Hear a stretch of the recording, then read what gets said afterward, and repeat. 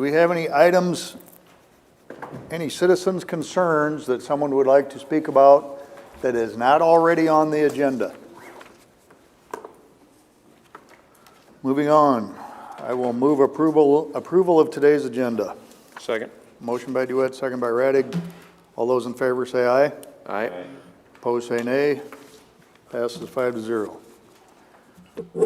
Consent agenda. Items 3 through 7 constitute a consent agenda of routine action items to be considered by one motion. Items pass unanimously unless a separate vote is requested by a board member. Item 3, approval of the minutes of the July 20 meeting.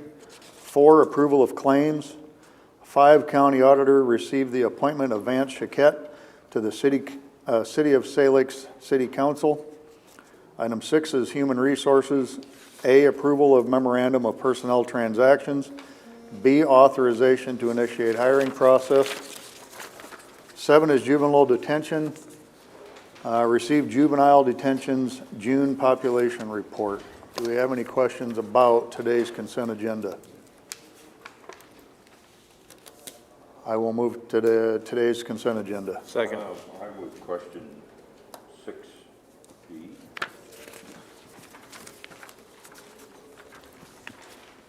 Oh, authorization. Melissa, do you have a minute on that? This is Thomas, Human Resources Director. We've decided to start the process looking for Emergency Services Director. And we will have that up on the website tomorrow for everybody to apply at governmentjobs.com, and that will be open till filled. Do we have a plan for emergency services? So far, what we still have things that we're talking about. This perhaps to join together the forces of EMA and EMS.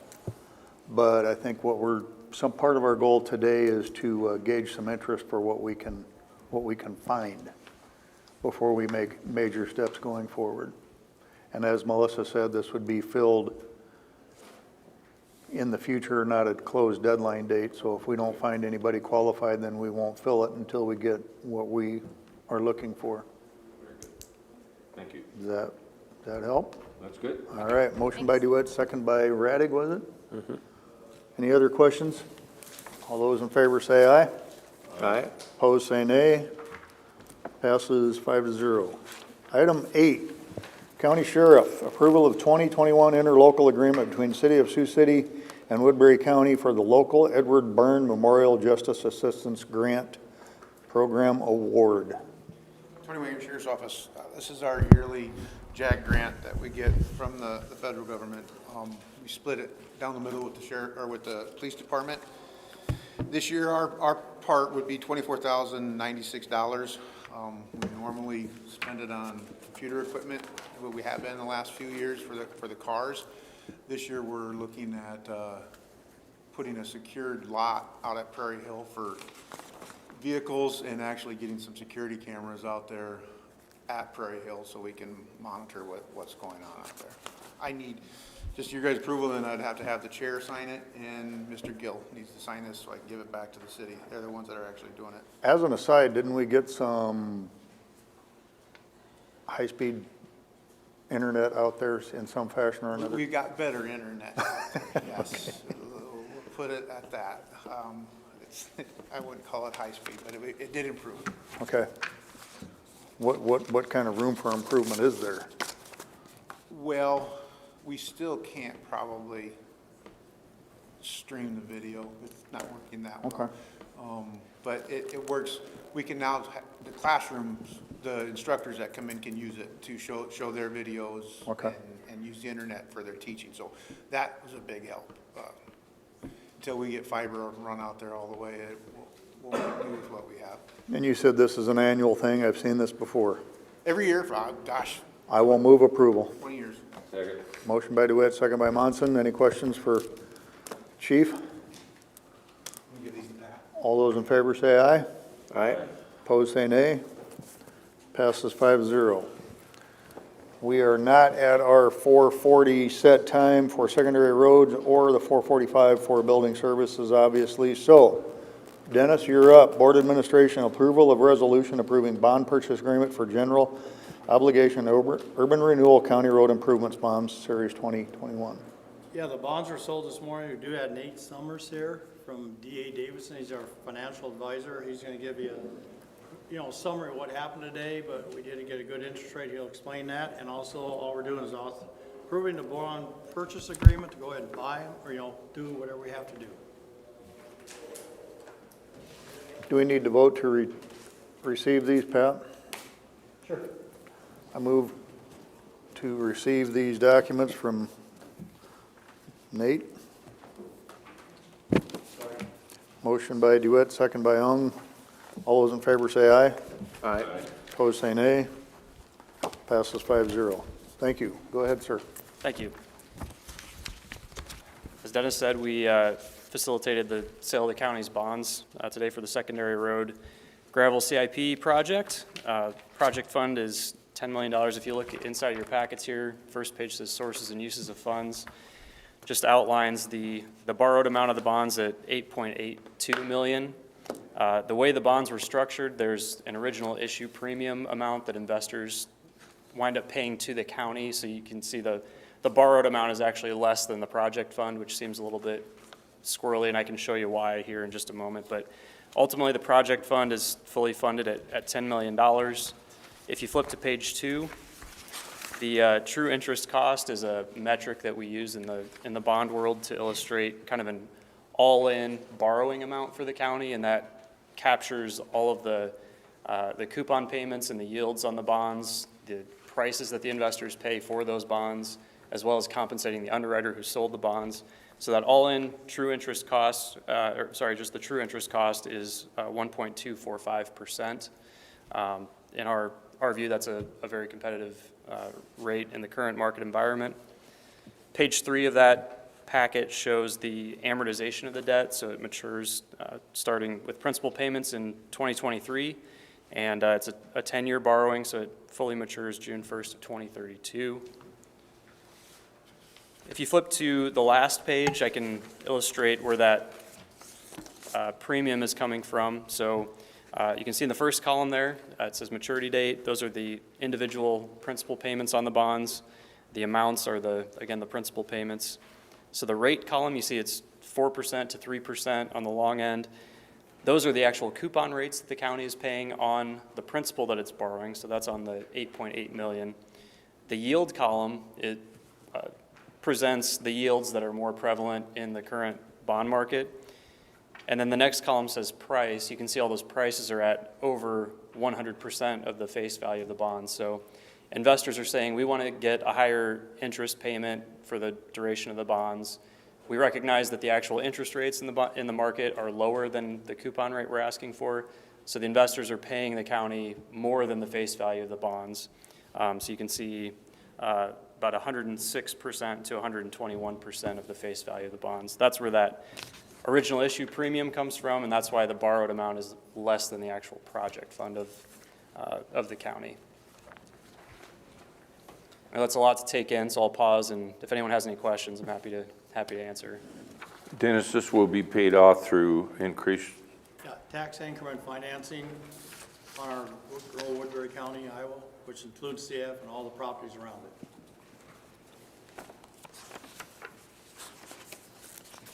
I think those annuals are way less than what we're projecting when we ran our numbers. We'd estimate over 2% at one point, and then we're down to 1.88%, and we're down to 1.24%, so we're down $367,000 over 10 years. So interest rates are very favorable. so this will, we get all this at one time, or does it roll in a little at a time? Yep, you'll get it all at once. Closing is projected for August 24th. Yep. And so at closing, the underwriter will send the county a wire for the full proceeds of the bonds. And at that point, you'll have the funds in your bank account and at your disposal for use. And we'll collect a 0.25 interest on that.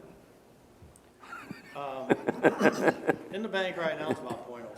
0.006, not 0.06, 0.006.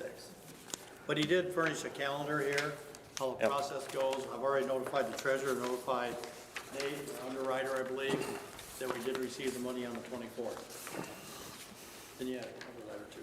Yeah, so there's also just a letter of recommendation. As your municipal advisor, we are acting as the county's fiduciary, so we have to put the county's best interests ahead of everything else, even our own interests. And so this letter represents my recommendation to the board that I believe the interest rate and the financing is competitive, and would recommend the acceptance. And as Dennis said, there's a timeline here that outlines the rest of the steps along the procedural steps for issuing the bonds. August 10th, the board would authorize the issuance of the bonds, and that's just kind of a formality, and bond counsel will provide those documents for the board to formally authorize the issuance of the bonds. And as I mentioned before, the bonds would close August 24th. So we need a motion to approve the bond purchase agreement.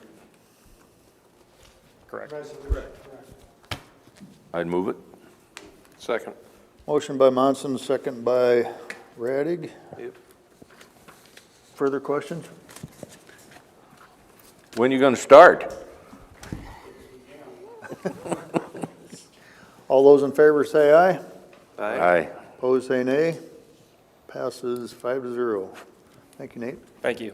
Special thanks to Dennis for all the extra work that he put in on the bond issue. We asked him for a lot of additional information. He and his staff got us information quickly and allowed us to move as fast as we could. So, thank you. He's going to want to raise, you know. No, the good thing is, we had three things. We had our CIP loan, we had this loan, and the last one's our $25 million. If the interest rates go good, potentially we could save several million on interest. So we're hoping the rates go up the same, and Nate's our fiscal advisor for that also. All right, looks like we are at our set time for 4:40 for secondary roads. Public hearing, consideration of request to close and vacate county right-of-way on Garner Avenue between 130th and 140th Street. Good afternoon, Mark Narrow, Woodbury County Engineer. My office received a permit signed by all of the adjoining landowners requesting consideration of closing and vacating Garner Avenue, which is a dirt road between 130th and 140th Street. We request that of the property owners before we proceed to asking the board to schedule a hearing for a road vacation. And as I screened the request initially, we found that we would have one property that would be landlocked by a vacation of the entire mile from 130th to 140th. At that point, I contacted that landowner as they had signed the petition and asked if they were sure that they wanted to look at closing that and if they had made arrangements to have an easement or something to be able to get to their farm. As it worked out, they didn't have that available. Further discussion with the landowners led to the proposal that the board is reviewing today, which is to close only the north half mile of the road. So that would be from the north quarter corner, or I guess I should say the south right-of-way line of 130th Street to the center of section 24 in this case. There's been a good deal of discussion since then. I know some of the property owners would like to weigh in on this. The board has two options. We're not asking for a decision today. Typically, we schedule a meeting 1 week after for the board to make the final decision on either the closure or the retention of the roadway. So that would be the two items that are before the board today. The options that the board will have at their meeting next week is to maintain it as a county road and not close the road, or to close that north half. Level 3. Pardon me? Level 3. Level C is another option, but that isn't something that the board would be able to consider that date. That would require an additional petition be filed by the adjoining landowners so that that would then be brought in a separate action for board consideration. So you've only got two choices for this immediate period next week. Today it is your opportunity to garner comments from the property owners who are here to let you know what their preference is on this action. So we want to garner comments on Garner Avenue? Exactly, yes. Oh, Sorry. that hurt. Okay, the public hearing is now open for those that wish to speak for or against. Let's go with those for closing the road first.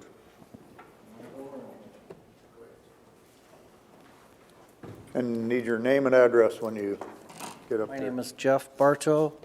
Address is 2630 130th Street. Lived there all my life.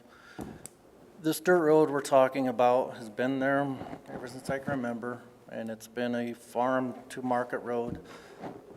But now the road has gotten so narrow and so deep, it's became a playground for kids, and it's getting to the point where it's very dangerous and someone's gonna get killed there.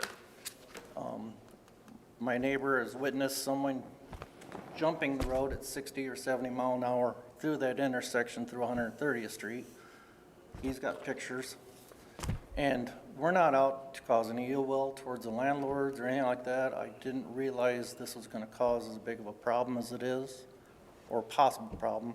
We didn't realize there was a level C or something like that where just the landlords could have, or the landowners could have access to this road and keep it open.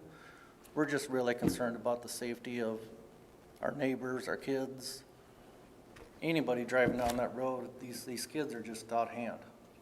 And I guess that's all my comments, unless you have questions for me.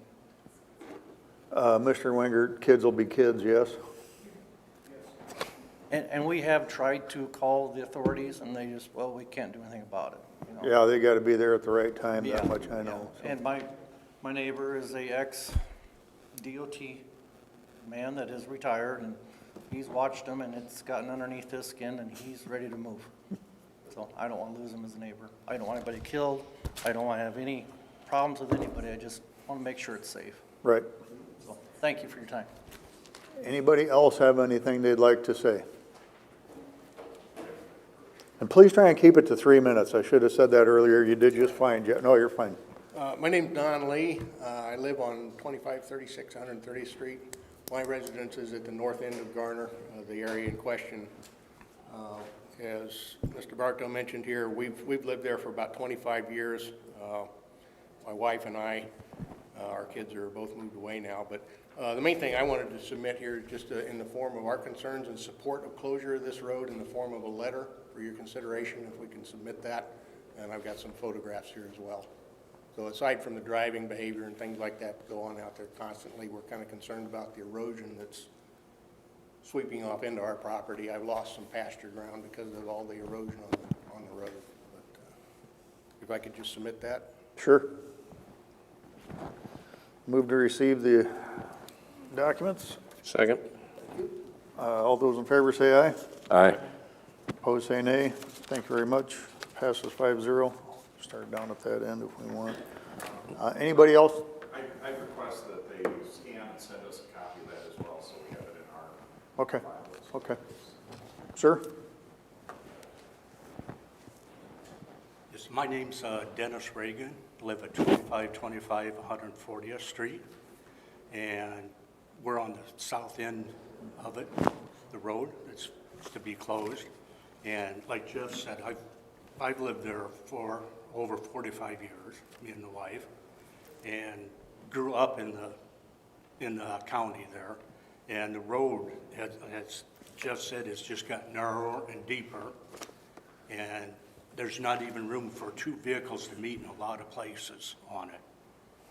And it used to be that the farmers did use it some, but anymore it's so narrow and deep that they can't even use the go on down it with the machinery and that. And we have had problems with, I won't say kids, but people driving out in our fields when the crops are out, just no respect and that. And it is a dangerous situation out there. So I guess that is kind of my comments on it. Okay, I appreciate you guys taking the time to look at it. you bet. Do we have anybody else in favor of closing the road? Do we have anybody that's opposed?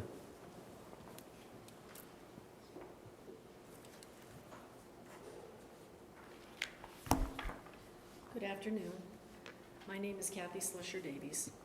Before we begin, I would like to request, would we be able to get access to the copy of the picture that you requested, or what was, yeah, I've got that, but maybe that was the map he was talking about. I'm providing that too. Okay.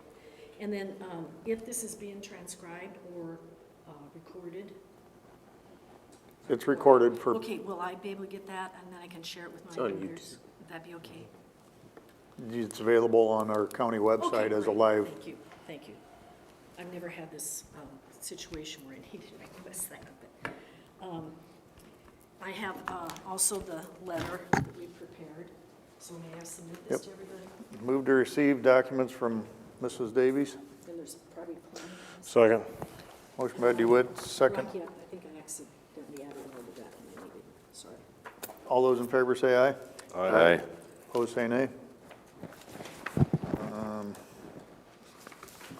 Thank you, sir. On the Passes back- 5-0.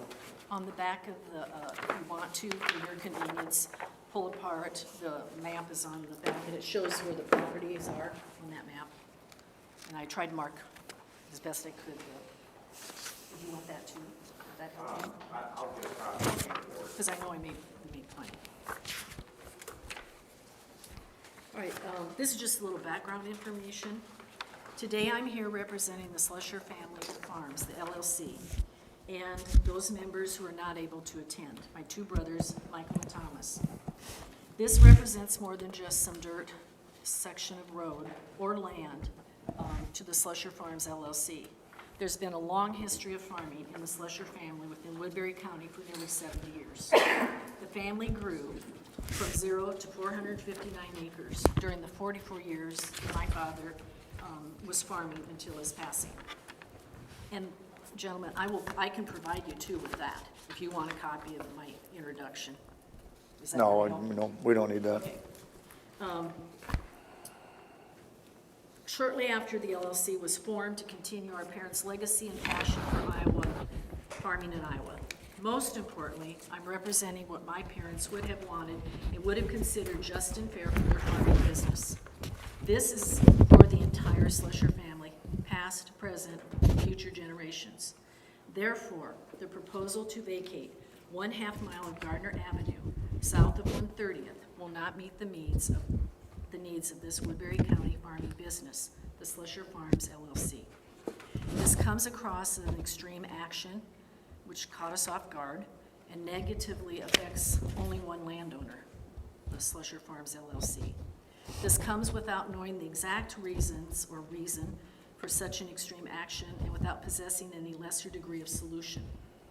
After much consideration, it was the collaborative decision of the Slusher Farms LLC owners to oppose this action. And then I put in there, I'm going to skip that introduction on the letter, and I'll go right down to the supporting opposition, the points of opposition.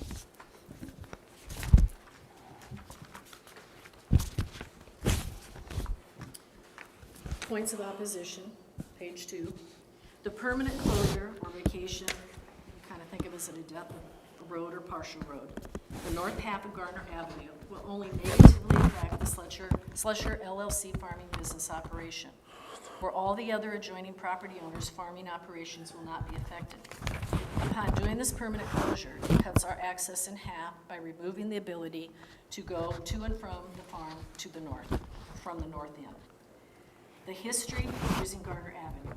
The proposed action to vacate would greatly reduce access to the Slusher Farms LLC property. Historically, the farmer has accessed this property from the north due to safety and maneuverability during fall harvest.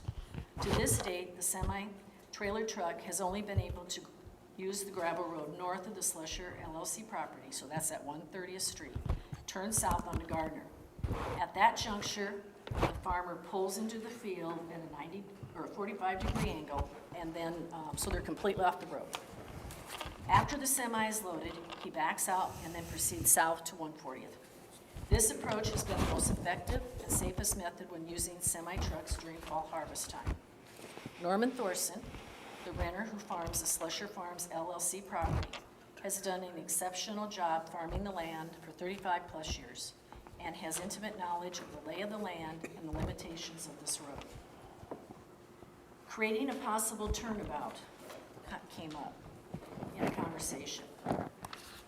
If this would occur in our field, it would decrease farm productivity due to the soil compaction from driving continually over the farmland, the land farm with the semi. Note, the majority of farmers, actually right now, will load their semis directly on the road. And Norman is not doing that, he's pulling it off, so because the road isn't very wide there. Whereas the historic approach has been taken is not only limiting deterrent of the soil compaction, but it's also safer with the semi totally off the road. The issue of gating is another thing that has been brought up.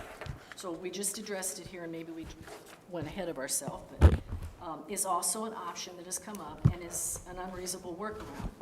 This is not an effective or convenient solution that appears to be the philosophy of the Iowa County Engineers Association, and we wish to follow. They've done a good job, and we wish to follow that lead.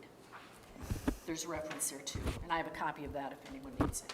I had to make it extra copies, but I can get it to you. Kathy, since you gave us this letter and we can review it as we need to, and we've got a week to do it, in an effort to keep everybody at brevity on 3 minutes, Okay. Can you Speed it up. really wrap it up here? Because we're trying to be fair to everybody. And yes, we have the document in front of us, so we can all Sure. peruse that at our, All right, so you can see through the points, the issue of the gating at both ends. For Norman to have to get out, or any farmer to get out, this is a really concern, guys. Anybody can go in there. We need you to speak to we need you to be Oh, in I'm the sorry. microphone so I used to that teach in the public primary, can so I hear. go to the kids. But we still need you to talk into the microphone. You'd have to turn the whole Do podium you want around. me and- like that? Is that better? I'm sorry. That's better, Oh, because we my. want Okay, the I've listening too. public and the viewing public to get everything. So our, for Norman or anyone that comes in, if this is gated, they would have to get out multiple times during the day, or anyone that was coming in and doing work for us, spraying weeds, spreading fertilizer, et cetera, and that's in the letter. Now, we also thought, well, maybe we could just leave the gates open, and during the time that he's doing his work, or any of these gentlemen are doing their work, the gates could be open, and you could do the work. That would be exactly, knowing some of our luck, that's when there could be a possibility of someone going in there without permission. And then who is it on? And I addressed that but I'm trying to get that point. And then also, so I'm explaining it to the other farmers in the room or property owners, which we may not have thought about. I mean, it took us a while to get to this too. Of course, efficient time, use of restricting land, efficient time of our workers, liability, that came up. Who's liable? If we're the only ones in control of that road, then, and the adjoining landowners with us on that half, who's liable? We didn't have any formal complaints, and I did hear just today about and then talked briefly last night with this gentleman, Jeff, and he also rents a little piece that we, because of the lay of the land, that we are certainly sensitive to anyone having a loss of life with this situation or an accident. As this comes up on the almost a 5-year anniversary of losing our very good friends, the Crowes, who were just going down the road and a girl ran into them, killed Mark Crow immediately, and then Kay, we were with her. They were our family, extended family. We couldn't close the road. That situation was unfortunate. We don't want anyone to get hurt. I would have hoped that if I would have known, because I know some of the deputies in the county, if I would have known this, I would have talked to them and maybe got some, if I would have known this was happening and somebody called me, I would have tried to get over there myself. Maybe trail cameras could have been used, because that you can put up at night. We use them for hunting deer. Well, we're not going to, I mean, we still need to keep this a Okay, all right. little brief. But So you got the maintenance of the road is down there, how that goes, and that's it. I just put, again, if the roles were reversed, how would the neighbors and landowners feel about having the financial burden with this time, efficiency, reduction of property value, limitation and liability to road closures. So then you also have the map, and then I will give you the other sheet of background since, you know, since this gives you a little more information. At least you'll have it. Is that okay, Rocky? Sure, do we Or need you to guys don't want receive? any more papers? Well, I'm not trying to shut you off, I'm just saying to keep it fair for everybody Okay. that's both for and against. And We're just- then Norman, Yep, I'm gonna ask. and if my you- husband. My husband can explain the issue with, because I am representing, I am the slusher here. That doesn't mean I have any more input over than my husband, but I've been going back and forth with some stuff at Mayo, and I know he was trying to help me. And so he spoke and hadn't asked me, and that's when I talked to my brothers, and you can understand we had to work as a team. Right. So he'll explain. Thank you for your time. And just to maybe iterate his point, more words saying the same things over again aren't necessarily helping a cause or a side any better than another. Okay. We're just asking. Oh, sure. You know, I understand. for the main points. Oh, they're not going to cover what I Who is am. here for or against? Yeah. That's, Okay. that's what we're asking, you know. So saying the same things over and over in 3 different ways. Plus, we went past a 4:45 set time for another topic all the way, so. So we're a little behind already. Well, we're behind, yeah. That's fine. So, Okay, I mean, not to you, but do we have anybody else that would, understand, Keith. wants to speak against closing the road?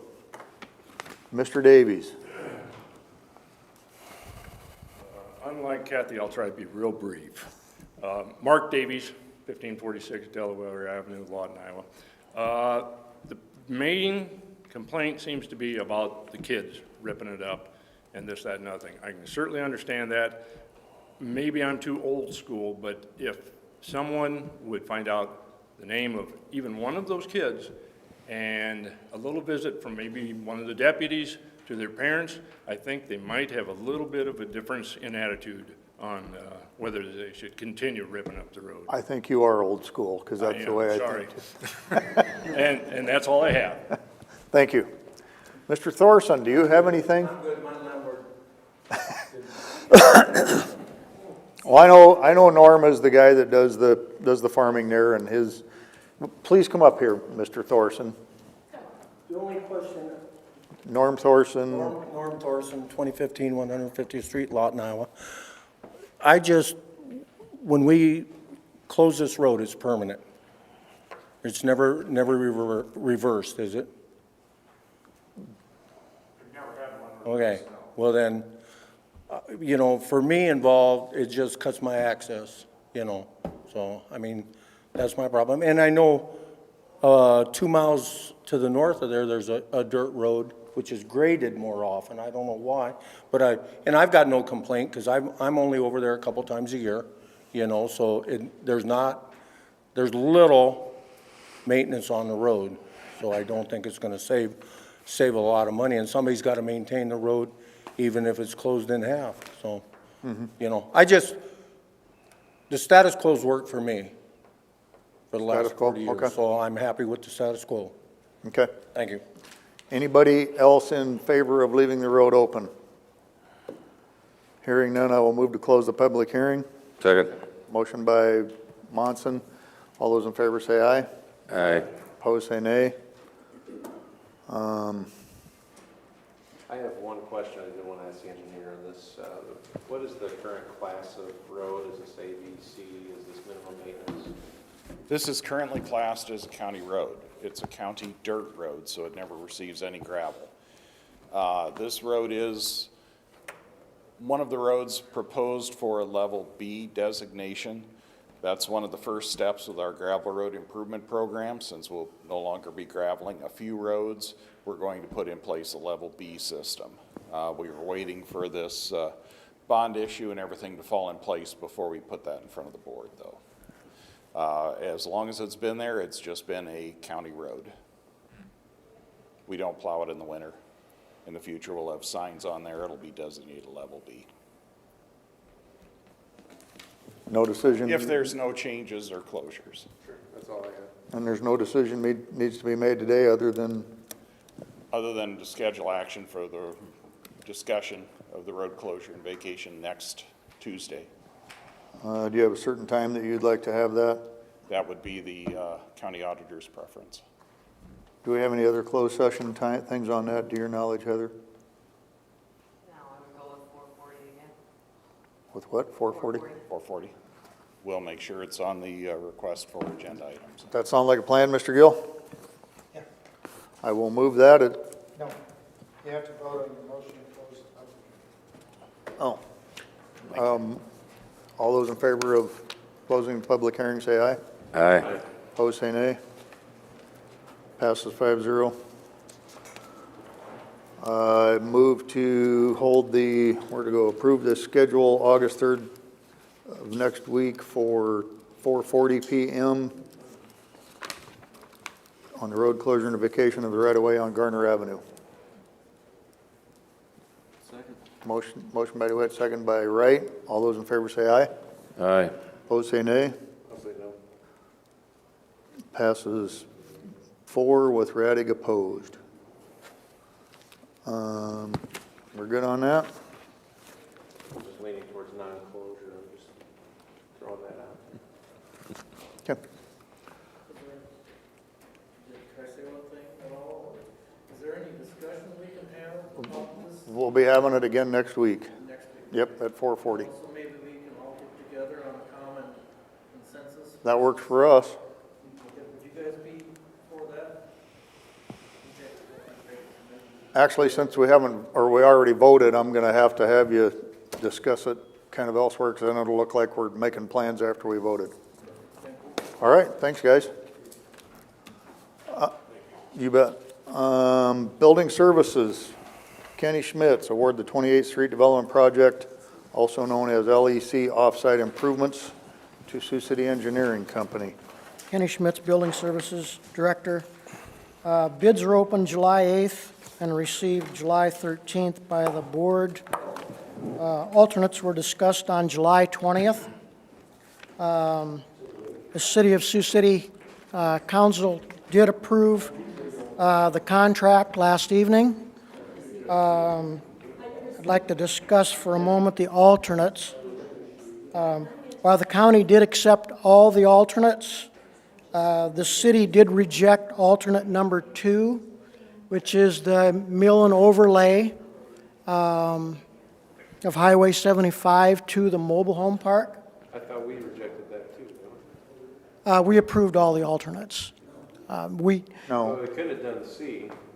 no, we approved option 2, wasn't it? We only did the curb and gutter. That wasn't an alternate, that was base bid. Oh, yeah, we didn't. Alternate 1 was to make it a rural cross-section. We said no to that. Yeah. We approved We alternate did 2 no, yes, no. is what we as, did. as half, as half shared. only, yes. That's yes. correct. And the city has rejected that, and so I guess with that, we probably concur. If the city doesn't want to do a mill and overlay on a city road, then we concur we shouldn't do that. So this whole project has had a large amount of fluidity to it, up to and including until last evening when the council met. So underneath the financial impact, some of those figures have changed. Obviously, since the city's decision on alternate number 2 is what it was, that changes that financial impact that I'm showing there. Also, what I would like to recommend, and what I think everyone here recommends, including Toth Engineering and the Baker Group as our representative, that we accept the low bid from Sioux City Engineering, and we move forward with the project. Since this whole thing was kind of fluid and figures were changing up until last evening, you can understand why my action items A and B are somewhat generic in their wording and not specific, and that's due to these ever-changing figures and decisions and not knowing quite what the total actual amount would be until most recently.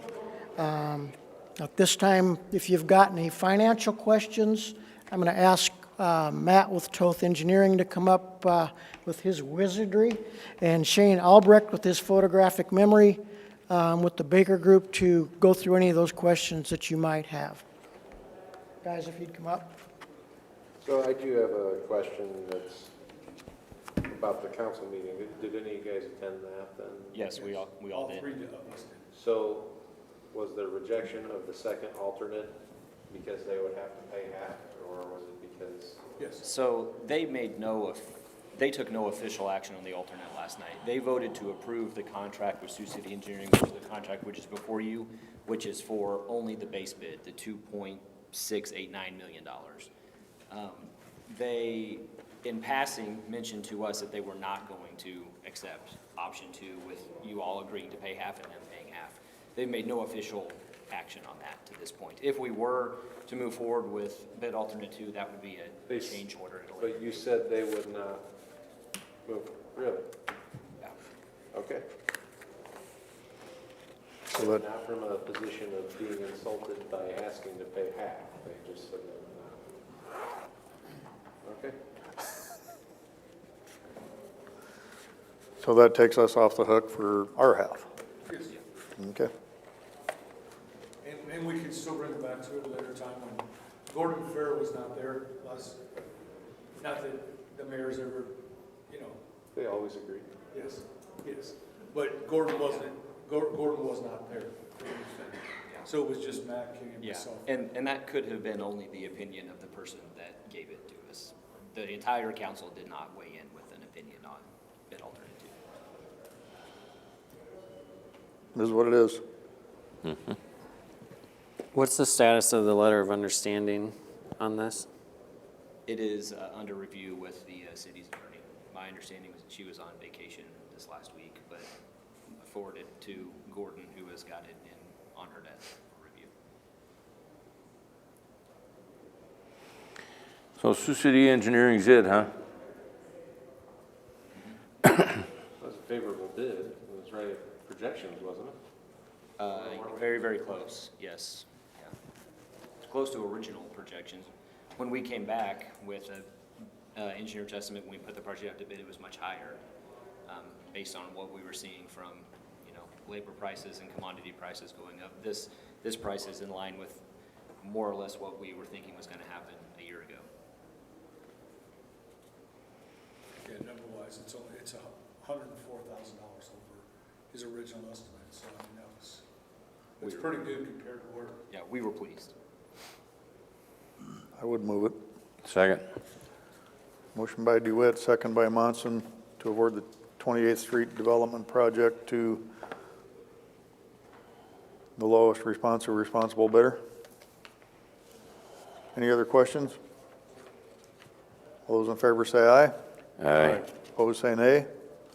Passes 5-0.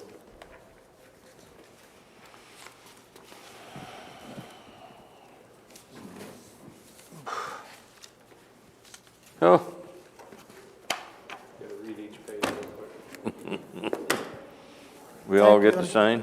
I do want to finish up by saying that, again, I want to thank the county and the city for working together on a really big project for this city. I don't know. And things have gone very well. Did we agree on everything through the whole process? Probably not. But it was a give-and-take situation that's been appreciated, so thank you. So these are ready to sign, Kenny? Yes. Okay. So where are we? That's my question, too. Are we sitting at item? The first action item is A. We moved that, didn't we? That's what you just moved toward the base bid. Mm-hmm. Okay, so what's B? Action item B approves the expenditure for the project in the amount listed under the financial. In other words, the county gives the money to the authority. No, this is not an authority project. This is a Oh. county Yeah, project. this is off-site, so anything off-site is not. What don't we award it upon completion? I'm sorry, Keith? Don't we award that upon completion, or are we just putting this aside in the CIP or something? Because normally you wouldn't award funds until a completed project. It's being paid on CIP as a special project. We get reimbursed every month from the city, up to 2.8 million. Anything over 2.8 million, we have to cover. We are gonna use probably the ARF money for the broadband. That comes about 130 some thousand. Cover part of the shortfall, 200 or 300,000. Then the rest we'll use out of ARF for the water and sewers improvements, enhancing, improving the water supply out there. And broadband. And broadband, that'll cover our share of it. So actually, we don't have to worry about it, levying money for it or anything. So they are. So item A was to award the bid as it was submitted, the base bid, and that's what you just did. Okay, and then item B is the funding plan for that. Is that what you're telling me? What is item B? Item B approves all the expenditures that are part of that. Under the original base bid, we have costs that are now above the original base bid.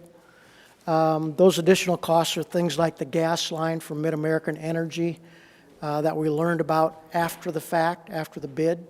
So that's a cost that's going to have to be included or as part of this project. And so we need the funds for that expenditure. And when I said I'd like Matt to explain the financials and Shane to explain the financials of this, it gets very, very complicated. You're going to be reimbursed some of this money by the city per the agreement, the city-county agreement. Matt has a list of probably, 5 pages of items that city is paying for, items that county is paying for, items that the city is billing back Mid-American and possibly other developers for. So it gets very complicated when we get into the financials of this. But Matt, Shane, go ahead. They did include the Woodbury County costs. That's what you're approving in B. That does include a contingency of $134,000 may or may not be spent. If it isn't spent, that comes to the county benefit, that we won't have to use as much ARF money. There's also easements, so probably costs more. There's also the administrative reimbursement of $40,000 may only come to $10,000, $12,000. All those costs can cover other overages, or it'll reduce our share. The city will come up with $2.8 million. We come up with the rest of it. But the 2.8 includes some of this that may not be spent. Matt, would you clarify the statement? Right. So the agreement between you all and the city council allows them to reimburse you up to $2.8 million. The bid on this project was about 2.7, but there were also soft costs. My contract, Shane's contract, easements, other administrative costs that come off of that 2.8. So there is a difference between what the county or what the city is going to reimburse you and what the total cost of the project is going to be. And so the B is to approve those expenditures, which, if this is still the most up-to-date number, could come up to a total of $371,000. As Dennis said, $134,000 of that is contingency.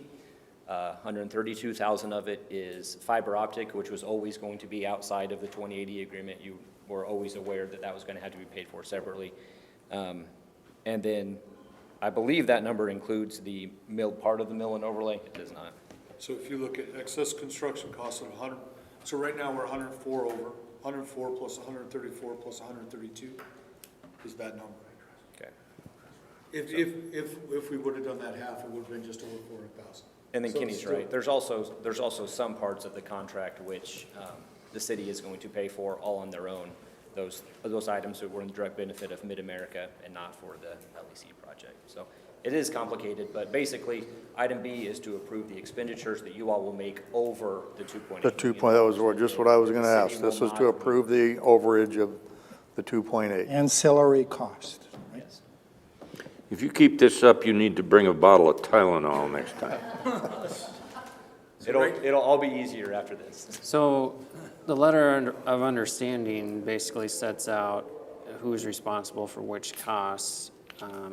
So. Wouldn't it be appropriate to, So, in the 2080 agreement, there was no mention of the cost that Mid-America is going to incur.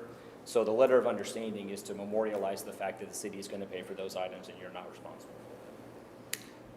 is that also reflected in this statement of costs? Yes, it comes off of, yes. I mean, it'd be nice if we had the letter of understanding ready for approval as well. It's already been approved. We had to have the 2080 It's under review. letter of understanding approved before we even start this project. Yeah, but there's an amendment to, that's what Josh was referring to. Yeah, he just said it That deals was with still the under review. Mid-American costs and some other stuff that they're. But they did take it off in their costs here on your spreadsheet. We did take it off on our costs. Josh was just saying, I think, not to speak for Joshua, but would like it finalized so that you know the city is guaranteeing you that they're paying for those costs. Ideally, it would be at the same time as this is approved. I'd like to see that. So do we need to defer action on B? Is there any reason B has to be done tonight? I mean, I don't think so.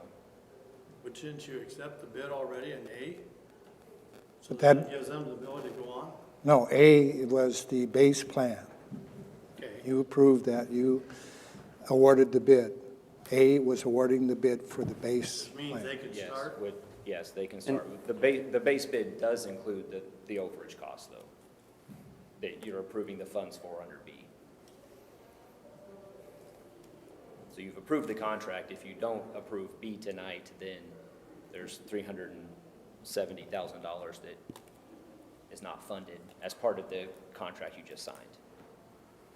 Well, we don't have to have that specified or identified when you approve a contract. You can, it's not until you actually pay out the contract.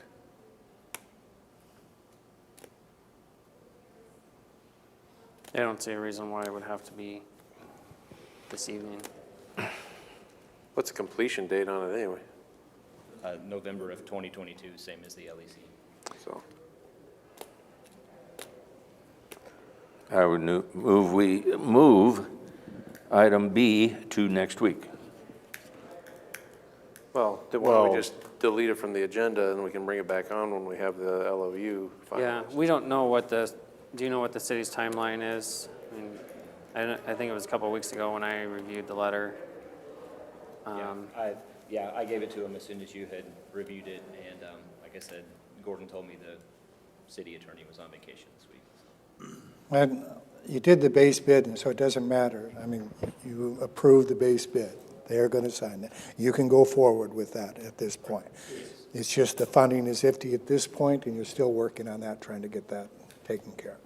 So you can defer on this until that is done. So is my motion good? Yes. Second. Any other questions, comments? All those in favor say aye. Aye. Opposed, say nay. Passes 5-0. Reports on committee meetings. None. Mr. Radig? I don't believe I had anything to report. Mr. Roan? Nope. Second round of citizen concerns. Hearing none. Board concerns. I did bring up the offensive shirt policy with Josh over here with Kenny's shirt.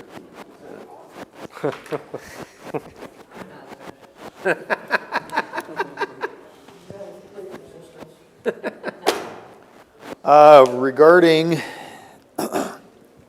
town halls, I did place a call.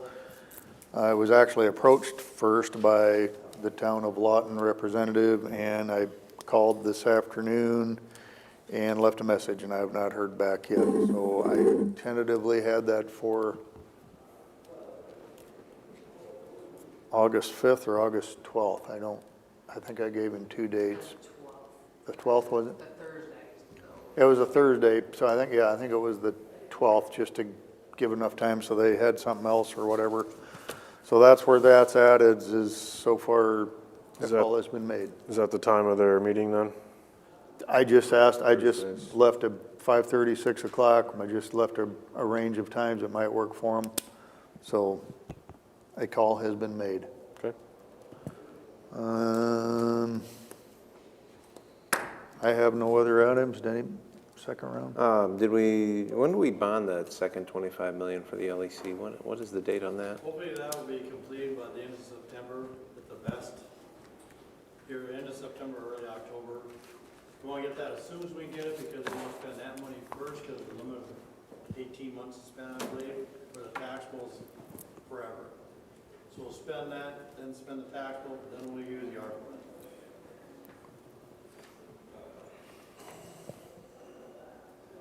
We are